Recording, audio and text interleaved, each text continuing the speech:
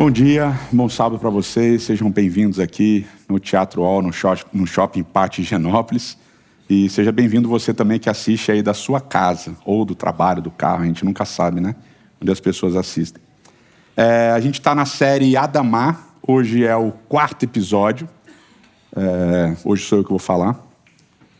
E a gente tem alguns convites importantes para fazer para vocês. O primeiro deles é o seguinte: sigam a gente nas nossas redes sociais, Instagram, YouTube, Twitter, para ficarem sempre sabendo das novidades. Podem acessar o nosso site também. E a gente tem uma novidade muito importante, que é o nosso aplicativo. Nosso aplicativo, e agora eu vou ver se eu lembro, iOS e Android. A gente tem um aplicativo para iOS e Android à disposição de vocês. É só entrar nas lojinhas virtuais lá, é de graça, obviamente. Você entra lá, faz o aplicativo, faz o cadastro, faz as paradas todas que tem que fazer lá, que eu não sei como é que funciona, mas dizem que é muito maneiro, tá?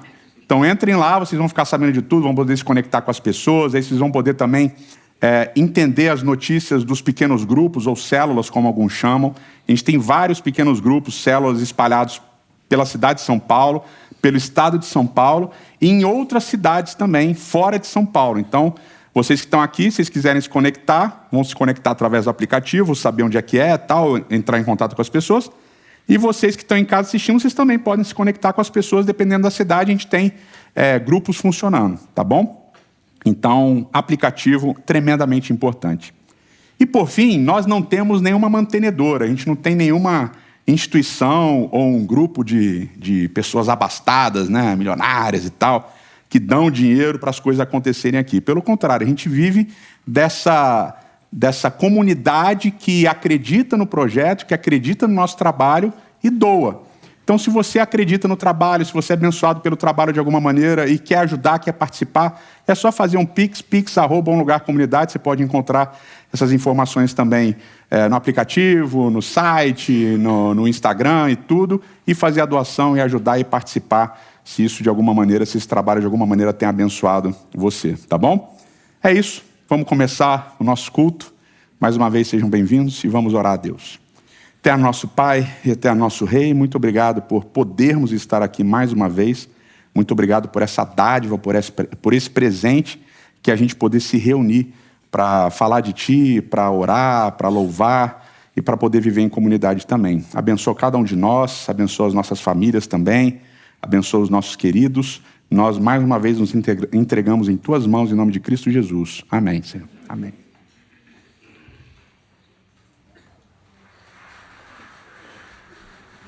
Não existe a menor possibilidade de nós dizermos que nós amamos ao nosso Deus e nós não servimos ao nosso irmão.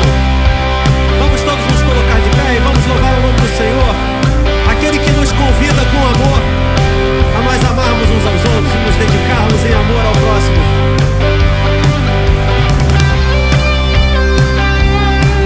O tempo é hoje. Chegou a hora de nós amarmos uns aos outros, assim como Ele nos amou.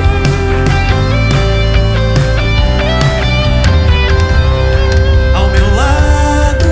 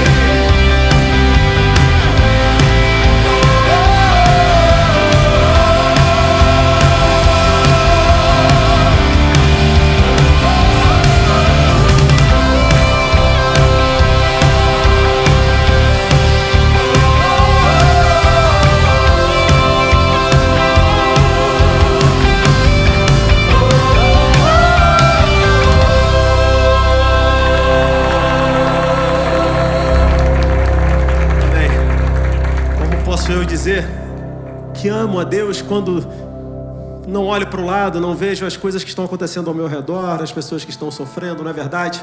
Mas isso é resultado da nossa natureza. É resultado da nossa natureza, da natureza que temos. Mas Deus disse que Ele pode renovar o nosso espírito e a nossa natureza, Ele pode nos tornar pessoas melhores. E Ele pode fazer novas todas as coisas agora, na minha e na sua vida. Assim como um dia Ele fará definitivamente novas todas as coisas. Todos nós veremos a sua glória face a face. Ele pode fazer tudo novo, na minha e na sua vida. O que meus olhos não conseguem ver e minha mente não pode alcançar, eis a promessa que Ele me fez, mas ainda não cumpriu. Ele é o Deus que vê cada lágrima, e cada lágrima que eu verter, ouvi dizer que Ele enxugará. Eis a promessa que Ele me fez, mas ainda não cumpriu.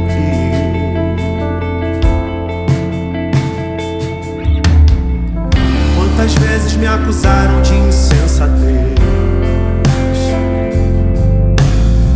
Às vezes penso que é loucura persistir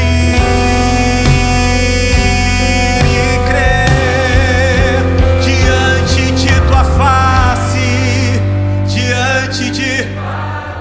rendido aos teus pés. Aos teus pés eu quero estar. E quero ter as vestes lavadas em teu sangue. A sombra do teu trono é o meu e o seu lugar.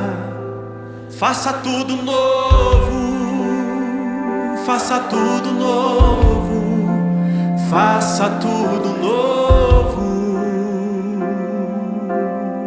Ele pode fazer novo. Faça tudo novo, faça tudo novo, faça tudo novo.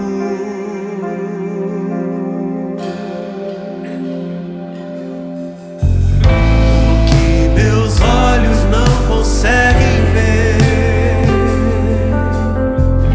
e minha mente não pode alcançar. Essa é a promessa.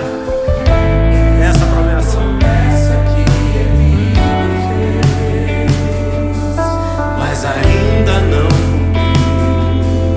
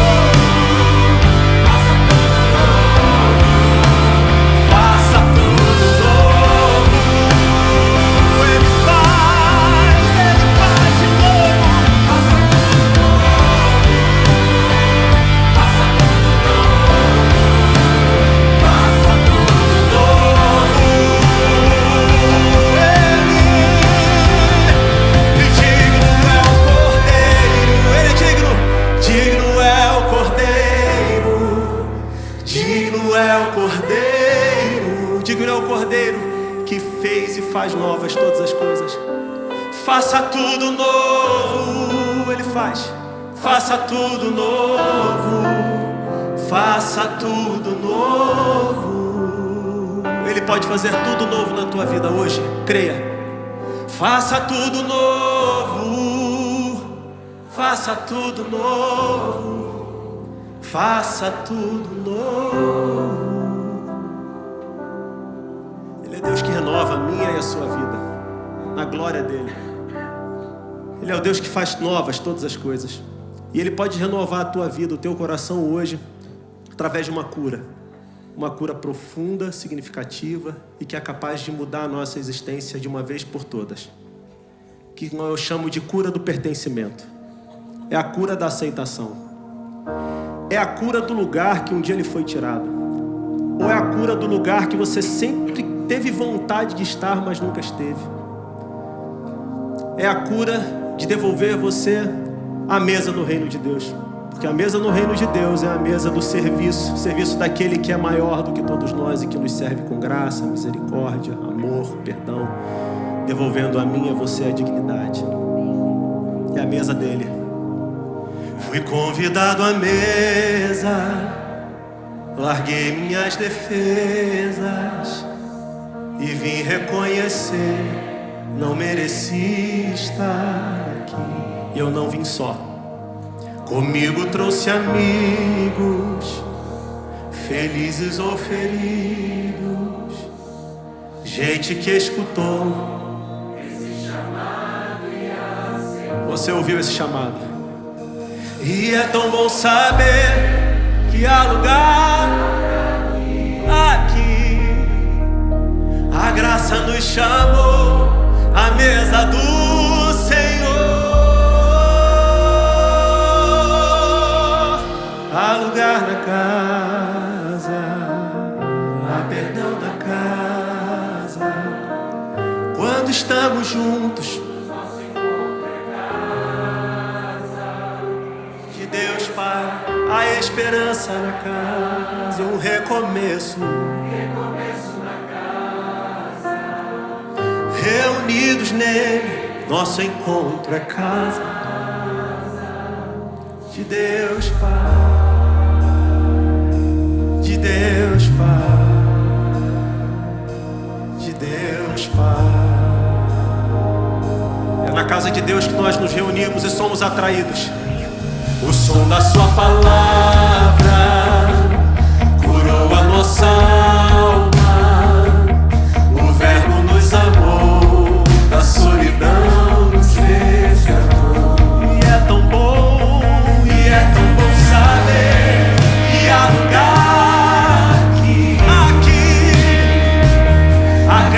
Chamou a mesa do Senhor, há lugar na casa, há perdão na casa.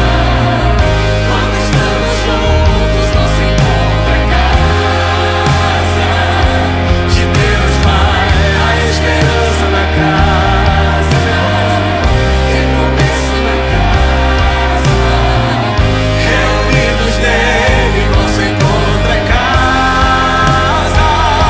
De Deus Pai, há lugar, há perdão na casa. Quando estamos juntos, nosso encontro é casa. De Deus Pai, há esperança na casa. Recomeço na casa.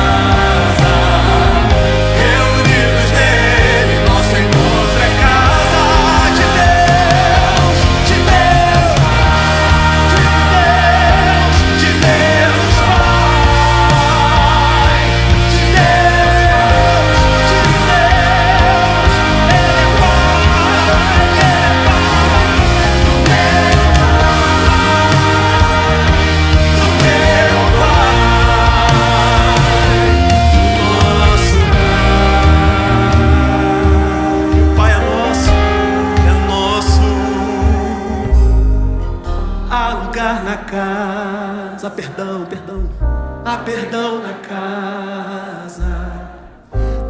estamos juntos, nosso encontro é casa de Deus, Pai, a esperança na casa. É o lugar do recomeço.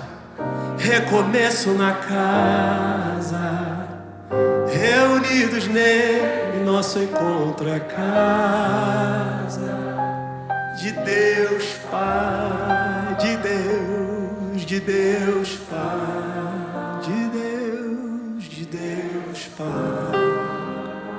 Pai é meu, é seu, Pai é nosso, é o nosso Pai. Do meu Pai, do teu Pai, do nosso Pai, do nosso Pai. Obrigado.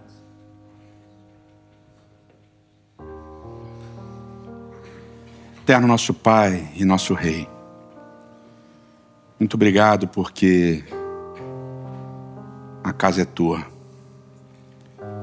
Muito obrigado porque na tua casa é o teu amor, é a tua graça, é a tua misericórdia que permitem a entrada de toda e qualquer pessoa. Muito obrigado porque na tua casa não somos nós que decidimos quem entra e quem sai. Por isso, Senhor, que o teu amor, que a tua graça e que a tua misericórdia em algum momento nos alcançaram, façam morada em nós. E que possamos, como o Senhor na tua casa, aqui também recebermos e acolhermos a todas as pessoas. Te pedimos isso, te agradecemos nos méritos de Jesus Cristo. Amém, Senhor. Amém.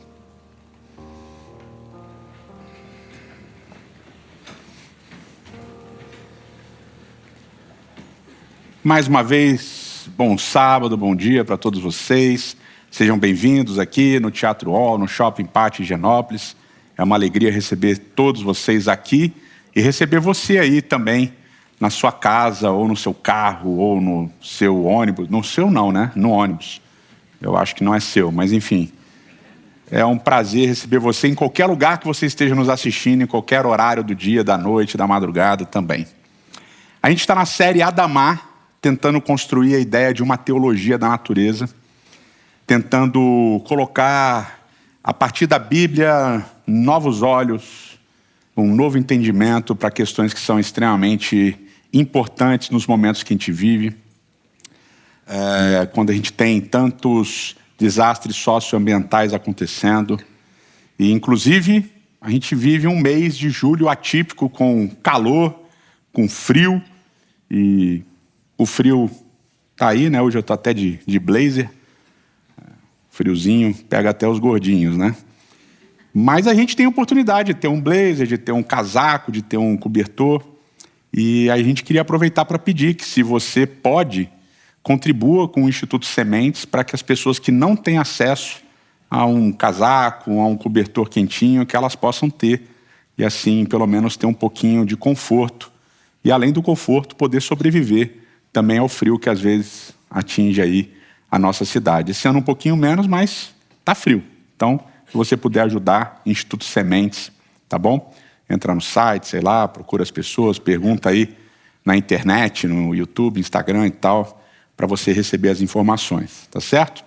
Bom, a gente está construindo essa teologia da natureza seguindo uma lógica. A gente teve uma introdução, depois a gente falou um pouquinho sobre a natureza, a terra no Pentateuco, depois falamos um pouquinho da natureza da terra nos profetas. Obviamente que não dá para a gente esgotar todas as coisas, mas hoje a gente vai falar um pouquinho da natureza da terra nos livros poéticos ou nos escritos, tá?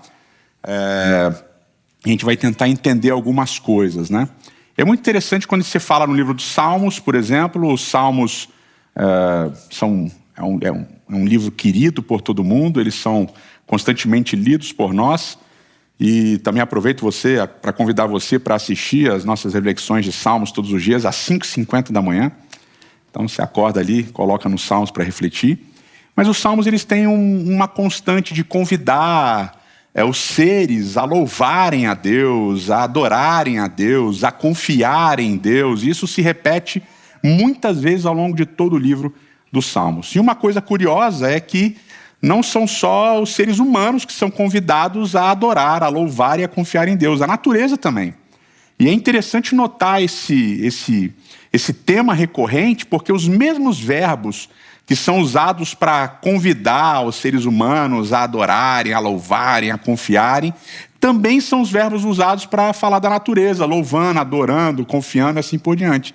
Então, os salmistas, eles não fazem distinção entre os verbos que eles vão usar para falar dos seres humanos e para falar da natureza.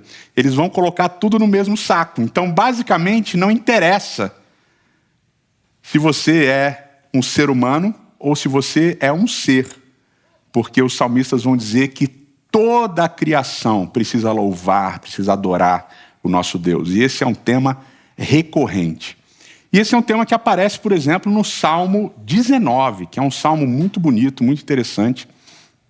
Ele traz algumas questões curiosas, como a gente vai ver ao longo aqui do nosso sermão. No Salmo 19, ele começa falando da criação, começa falando dos céus, depois ele vai falar do sol e depois ele vai falar da lei.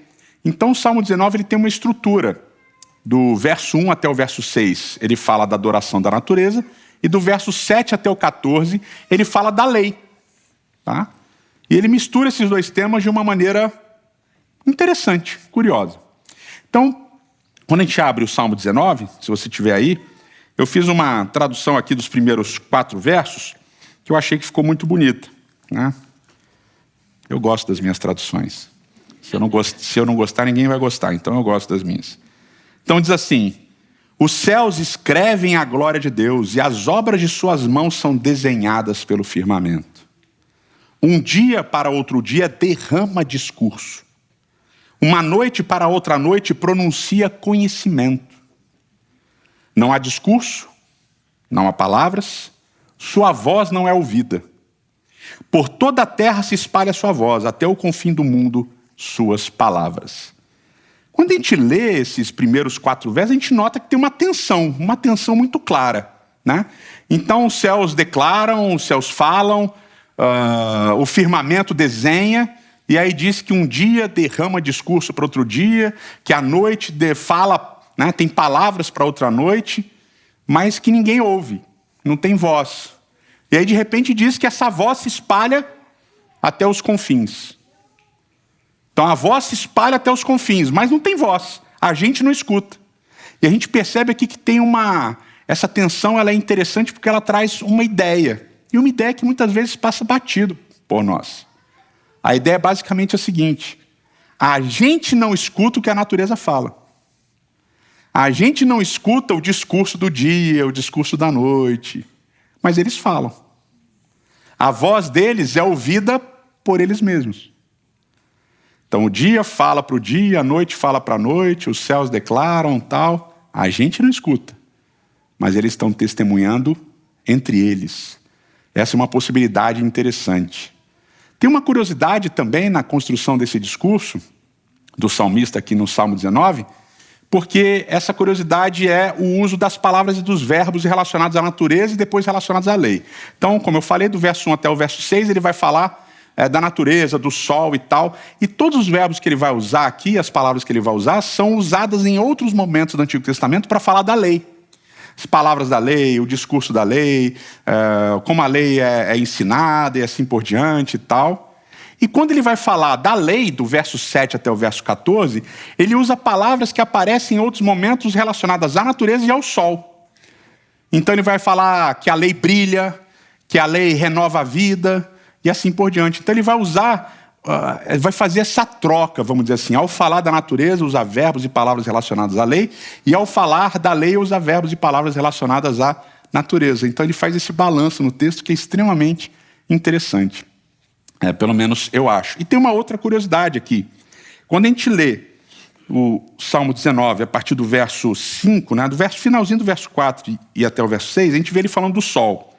Então diz assim: nos céus ele armou uma tenda para o sol, que é como um noivo que sai do seu aposento e se lança em sua carreira com a alegria de um herói. Sai de uma extremidade dos céus até a outra extremidade. Nada escapa ao seu calor. Então ele vai descrever o sol aqui como aquele que arma uma tenda, aquele que percorre o momento, e logo depois, no verso 7, ele vai falar da lei de Deus, de como a lei de Deus é boa, de como a lei de Deus isso, a lei de Deus aquilo, e ele termina lá no verso 14, dizendo assim: que as palavras da minha boca, a meditação do meu coração sejam agradáveis a ti, Senhor, minha rocha e meu resgatador. Né?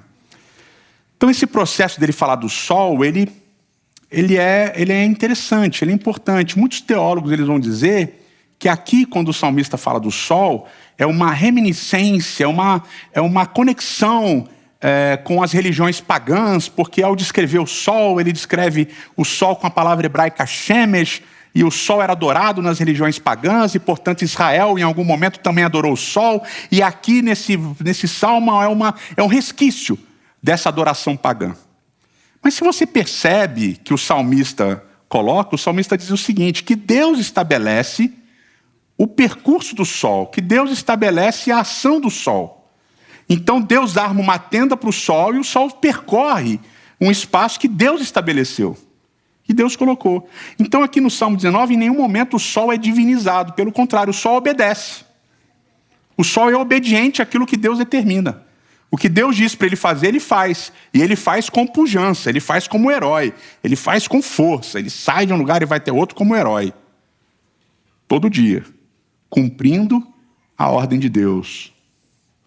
E aqui começa a ficar interessante, a gente começa a entender um aspecto desse salmo, que é um aspecto que às vezes a gente não percebe. Nos primeiros 6 versos, como eu disse, ele fala da natureza, e do verso 7 até o final, 14, ele fala da lei. Ou seja, ele junta a natureza e lei. A natureza obedece. E o salmista convida o povo a também obedecer. A natureza obedece à vontade de Deus, à ordem de Deus. E o ser humano é convidado a obedecer à Torá de Deus. E aqui ele usa a palavra Torá para falar de lei, que são os ensinamentos todos que Deus deu. Os mandamentos de Êxodo, Levítico, Deuteronômio, Números e assim por diante. A natureza obedece, o ser humano obedece. E aqui a gente percebe que tem bastante coisa relacionada a Gênesis. Porque lá em Gênesis, Deus dá uma ordem para a terra e a terra obedece. Deus dá uma ordem para os luminares. Lembra que o luminar maior vai governar o dia, o luminar menor vai governar a noite. Aqui no Salmo 19, ele fala que o sol obedece, ele continua obedecendo. Deus dá uma ordem para os mares, Deus dá uma ordem para a terra novamente, e todos eles obedecem. A natureza obedece. E a criação acontece. Então o Salmo 19 ele está relembrando esse detalhe importante, de que a natureza continua obedecendo o Criador. De que a natureza continua ouvindo e obedecendo o Criador. Continua cumprindo o seu papel. E aí ele fala da lei. E aqui é um convite para que a gente veja a lei como algo importante, como a gente veja a lei como algo relevante, para que a gente obedeça. Mas a gente sabe que a partir de Gênesis capítulo 3 e Gênesis capítulo 4, o que acontece com o ser humano? Ou com os seres humanos? Eles desobedecem, eles quebram a lei, eles quebram o pacto e passam a viver uma vida de desobediência. Então o que o Salmo 19 está trazendo é um aspecto extremamente relevante. O Salmo 19, na verdade, ele está falando de adoração, mas ele está falando de obediência. E ele está dizendo, a natureza continua obedecendo. E nós, seres humanos, deveríamos também continuar obedecendo. De Gênesis 1 e 2, quando a natureza obedece, há harmonia. Mas de Gênesis 3 e 4 em diante, quando o ser humano desobedece, o relacionamento passa a ser desarmonioso. Não só entre seres humanos, não só entre seres humanos e Deus, mas também entre seres humanos e natureza. Então o Salmo 19 ele traz essa ligação entre a ideia de louvor e obediência, colocando de um lado a natureza como obediente e o ser humano como convidado a obedecer porque vive em desobediência. Relembrando um pouquinho de Gênesis, capítulo 1, 2, 3 e 4. Um outro livro que fala bastante dessa relação entre o ser humano e a natureza, o ser humano e a terra, é o livro de Jó, dentro dos escritos. O tema do livro de Jó é um tema pesado, é um tema complexo. Durante a pandemia eu abordei esse tema. É um tema que mexe bastante com a gente, né? A questão da injustiça, do sofrimento. E a gente não vai falar aqui do tema geral de Jó. Mas basicamente, resumidamente, Jó perde todas as coisas, Jó perde seus filhos, perde suas posses, perde tudo, fica com uma doença e os seus amigos vão visitá-lo. E os amigos de Jó, basicamente, eles constroem um argumento que envolve a terra durante todos os seus discursos. E é basicamente um argumento baseado numa ideia de troca, numa ideia de um relacionamento de barganha, que também aparece na Bíblia, lá em Levítico 26, Deuteronômio 28, nas chamadas bênçãos e maldições. Basicamente assim: Jó, você está sofrendo, você está passando pelo que você está passando porque você mandou mal, você pecou, você fez alguma coisa errada. E você não está contando para a gente o que aconteceu. Então é o seguinte, conta para a gente, conta para Deus o que aconteceu e Deus vai te perdoar e as coisas vão melhorar. E durante esses argumentos, eles vão falando da terra. Eles falam assim, olha, o seu relacionamento, você perdeu tudo, você tal, a terra, enquanto você continuar com esse pecado escondido, a terra não vai dar nada. Mas se você voltar para o relacionamento com Deus, a terra vai ser fértil, vai ser frutífera e tal, e você vai poder comer da terra, e você vai poder ser restaurado, e assim por diante. Então eles vão usar a terra como esse mecanismo que a gente já falou aqui, também de punição e de bênção, tá? De maldição e de bênção. Se você está em pecado, a terra está contra você. Se você está em justiça ou em práticas boas, em obediência, a terra vai dar o fruto, vai tudo funcionar bem. Então eles estão nessa dinâmica de bênção e maldição aqui. E dizendo que Jó fez alguma coisa errada, que Jó tem alguma coisa escondida aí, que Jó precisa confessar. E eles vão usar bastante esse argumento. Só que Jó, ele também constrói um argumento usando a terra em vários momentos, e nesse argumento ele fala o seguinte: eu não fiz nada. Eu não fiz nada, eu não tenho pecado. Em alguns momentos ele fala assim, ó, se tivesse um juiz entre eu e Deus, eu ganhava. Porque eu sei que eu não fiz nada errado. Apesar de que se Deus procurar, ele vai encontrar alguma coisinha que eu tenha feito. Mas eu tenho certeza da minha inocência. E aí ele vai dizer que a terra está como testemunha a favor dele. E não contra ele. Tá? Bom, a gente encontra isso lá em Jó. No capítulo 31.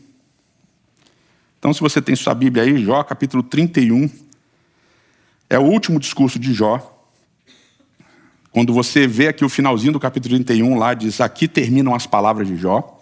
E as últimas palavras de Jó, do verso 38 até o 40, as últimas palavras dele são as seguintes.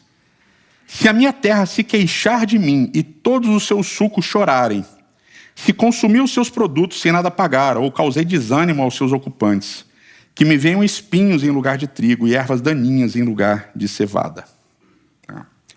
Então aqui ele vai dizer o seguinte, se a minha terra, ele usa a palavra damar, se a minha terra clamar contra mim, ele usa o verbo zaak, e todos os seus sulcos chorarem, e aí eu fiz uma tradução para o verso 39 que eu gostei,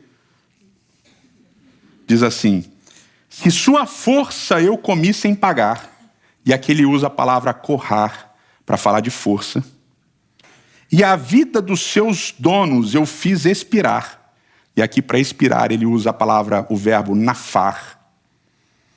Que venham espinhos em lugar de trigo e ervas daninhas em lugar de cevada. Por que é interessante aqui? Nesses poucos versos, Jó ele faz uma série de relações com Gênesis 2 a 4. Relações muito fortes, linguísticas. Tá? E por que essa tradução que eu fiz aqui do verso 39 é importante? Porque ele usa o verbo corrar, e ele usa esse verbo, e esse verbo só aparece dessa maneira em 2 textos do Antigo Testamento. Gênesis capítulo 4, na história de Caim e Abel, e Jó capítulo 31, que a gente acabou de ler. Lá em Gênesis 4, quando Caim mata Abel, o que acontece? A terra, o sangue clama da terra, e a terra testemunha contra Caim, e Deus pune Caim através da terra, dizendo que a terra não vai dar a sua força. A terra vai perder a sua força. E aqui Jó resgata essa ideia. Então, se a força da terra eu usei sem pagar, eu errei. Então, eu estou errado. Que brotem espinhos e tal. Além de Korah, ele usa, por exemplo, juntos, né? Que ele usa a palavra Adamá para falar de terra. Obviamente, Adamá é uma palavra comum, aparece um monte de contextos e tal, papapá. Mas ele usa Adamá no mesmo contexto de Nefesh. Ele usa, que é a palavra alma ou vida, que aparece, ou garganta, que aparece lá em Gênesis capítulo 2. Ele usa a palavra nafar, né, expirar, que também é uma palavra que aparece lá em Gênesis capítulo 2, verso 7, para falar da criação do ser humano. Então, Adamá, Nefesh, nafar aparecem juntas em Gênesis capítulo 2, verso 7. E aparecem aqui em Jó 31. Ele usa o verbo ahal, que também é um verbo comum, aparece em vários lugares, mas junto com essas palavras lembra Gênesis capítulo 2 e 3. Porque no capítulo 2 Deus diz que o ser humano não podia comer, quer dizer, podia comer de todas as árvores do jardim, menos de uma árvore. Lembra disso? E em Gênesis capítulo 3 o ser humano come da árvore que não podia comer. Então ahal é um verbo importante também, está nesse contexto.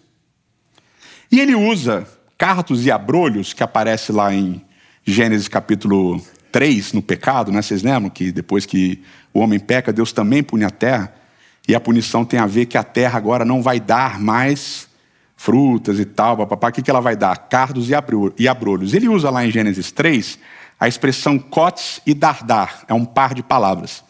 Não é o mesmo par de palavras que aparece aqui em Jó, mas é um par de palavras sinônimo, tá? Erva daninha e espinhos também. Ele constrói uma relação linguística aqui em Jó muito semelhante ao que acontece em Gênesis capítulo 2 a 4. É como se os dois textos estivessem dialogando. E nesse diálogo, o papel fundamental é o papel da terra. Porque em Gênesis capítulo 2 a 4, a terra testemunha contra o ser humano. E é usada para punir o ser humano. E aqui, em Jó capítulo 31, Jó está falando para a terra, né, falando para Deus e para a terra, dizendo o seguinte: olha, se eu errei, que a terra me puna. Se eu errei, que a terra me puna. Então Jó constrói, ou tem esse diálogo forte com Gênesis capítulo 2 a 4. E a terra participa do processo de Gênesis 2 a 4, e aqui em Jó 31 da mesma maneira. Como? Testemunha. Elemento de juízo. O que acontece em Gênesis 2 a 4 acontece em Jó também. E aí tem mais um texto de Jó que eu acho muito bonito. Jó capítulo 16. Você tem sua Bíblia aí? Jó capítulo 16. Verso 18 e 19. E vamos ler até o 21, que é bonito. Ó terra, não cubra o meu sangue, não haja lugar de repouso para o meu clamor. Onde é que vocês lembram de aparecer essa ideia do sangue clamar da terra? Gênesis 2:4, né? Lá o sangue de Abel, o justo, clama da terra. Mas ele está coberto pela terra. E aqui o que Jó diz? Não cubra o meu sangue e que não haja lugar de repouso para o meu clamor. Ou seja, clame. Clame a meu favor. Clame a meu favor. Para quem você vai clamar? Verso 19. Saibam que agora mesmo a minha testemunha está nos céus, nas alturas está o meu advogado, o meu intercessor é meu amigo. Quando diante de Deus correm lágrimas dos meus olhos, ele defende a causa do ser humano perante Deus, como quem defende a causa de um amigo. Então, terra, fale para o meu advogado, fale para o meu intercessor a meu favor. Mostre que o meu sangue é justo e está clamando. Que não haja repouso para esse clamor, para esse testemunho que você vai dar a meu favor. E para quem você vai testemunhar a meu favor? Para o meu advogado, que é meu amigo, que é o meu redentor, que é a minha rocha. Discurso construído aqui em Jó, no capítulo 16, no 31 e vários outros capítulos vocês podem perceber. É esse discurso da atuação da terra e da natureza como uma testemunha contra ou a nosso favor. Como seres que continuam obedientes enquanto nós desobedecemos. E aqui é extremamente relevante a gente entender que há um raciocínio que ele é construído de Gênesis em diante. Gênesis 1 a 4 em diante. E esse raciocínio, apesar de pequenas e leves variações aqui e acolá, ele se mantém. De que há vida, de que são seres, de que a terra é testemunha, de que a terra fala, de que a terra obedece, de que a terra se coloca como aquela que denuncia a nossa violência, a nossa opressão, que também testemunha a nosso favor. É por isso que é importante a gente voltar e sempre reler esse texto, sempre reler esse texto, sempre entender esse texto com um novo olhar, com uma nova dinâmica. Gênesis capítulo 2, verso 7. Então o Senhor Deus formou o homem do pó da terra e soprou nas suas narinas fôlego de vida, e o homem se tornou alma vivente. Nós somos barro, nós somos pó, nós somos terra. Interessante também porque no livro de Jó, barro e pó aparecem o tempo todo em paralelo. Nós somos terra. E eu vou repetir isso, isso é extremamente importante que você entenda. Extremamente importante que a gente entenda como humanidade. A nossa existência, a nossa vida, o nosso futuro estão diretamente conectados com o futuro e com a existência da Terra. Há uma interconexão indivisível entre nós e a Terra. E é uma coisa que a gente tem que lembrar, eu vou falar isso agora, eu vou pincelar isso agora, porque a gente vai voltar nisso depois, na semana que vem e na outra. De que a gente muitas vezes pensa no porvir. A gente vai para o céu. Né? Já ouviram isso daí, né? Tem umas musiquinhas que falam, vamos para o céu, tal, tal. Aí fica, a gente vai para o céu, o lugar que Deus está preparando é o céu, o céu, o céu. Mas você precisa lembrar de um negócio muito importante que aparece lá em Zacarias, em vários outros profetas, mas em Zacarias, e também aparece em Apocalipse. É uma cidade, a Nova Jerusalém, a noiva, mas ela desce aonde? Na terra, no Monte das Oliveiras, meu amigo. E a terra é restaurada. A gente não vai viver no céu, a gente vai viver na terra, restaurada. Restaurada por quê? Porque a gente destruiu. A gente destruiu, a gente foi opressor, violento. O nosso sangue, ou o sangue que a gente derramou, você imagina, isso é uma coisa que a gente não para pensar. Um indivíduo morre, de acordo com o relato bíblico. Abel, o justo. E o sangue clama da terra e a terra denuncia esse sangue. Você imagina hoje, milhares e milhares de sangue, de mortes. Sangue derramado à torta e à direito. A terra continua clamando, ela continua denunciando a nossa violência, a nossa opressão. E ao mesmo tempo ela continua sofrendo a nossa violência, a nossa opressão. Mas graças a Deus ela continua obediente. Porque se ela desobedecer, nossa existência acaba. Mas ela age como testemunha contra nós também. Da nossa maldade, da nossa violência, da nossa opressão. O nosso futuro, a nossa existência estão diretamente conectados com o futuro e com a existência da terra. Nós somos pó, nós somos barro, nós somos terra. E o que a gente faz para a terra, a gente faz para a gente. Esse é um olhar, um entendimento, um discernimento que a gente precisa entender. Porque a restauração é a restauração não só dos seres humanos, do relacionamento dos seres humanos entre si e com Deus, mas também a restauração do nosso relacionamento com a terra. E se a gente busca hoje e agora, na esperança do porvir, da nova terra, a restauração dos nossos relacionamentos entre nós e com Deus, a gente precisa buscar a restauração do nosso relacionamento com a terra também. Esse é o convite. Eterno nosso Pai e nosso Rei. Senhor, muito obrigado pela Tua palavra. Muito obrigado por esse olhar que surge da Tua palavra. que esse olhar, que esse entendimento transforme a nossa relação uns com os outros, contigo e com a terra também. Que nós que somos barro, que somos pó, que somos terra,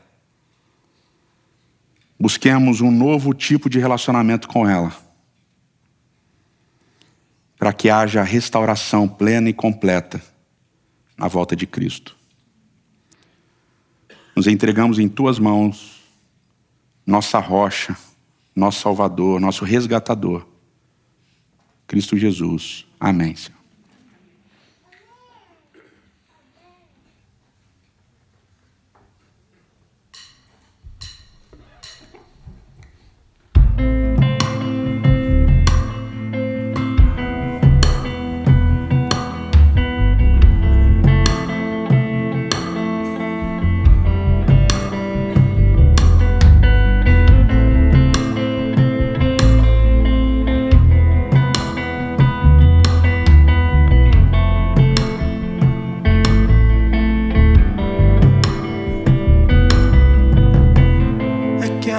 canseira vai subindo sem parar, e no sertão que é fogo só me resta caminhar.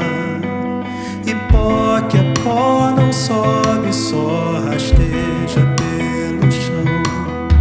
O sopro é que levanta, me carrega pela mão. Sou barro tão solto, sou terra varrida.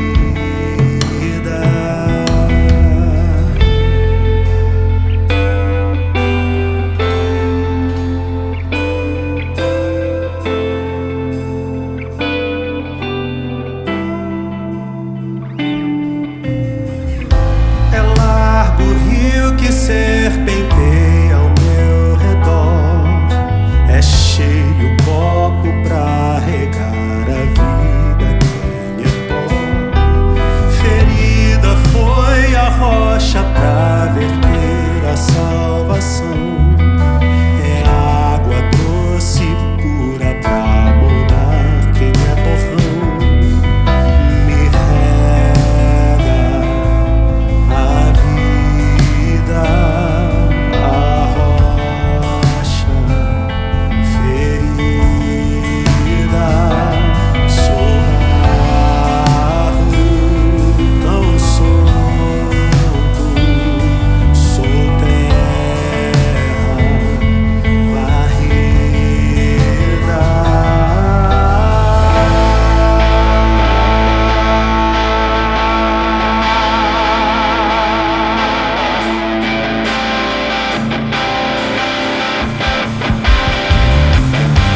Me rega a vida, a rocha ferida. Sou barro tão solto, sou terra varrida. Me rega a vida, a rocha ferida.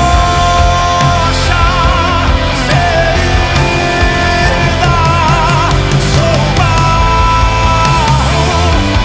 tão solto, sou terra varrida.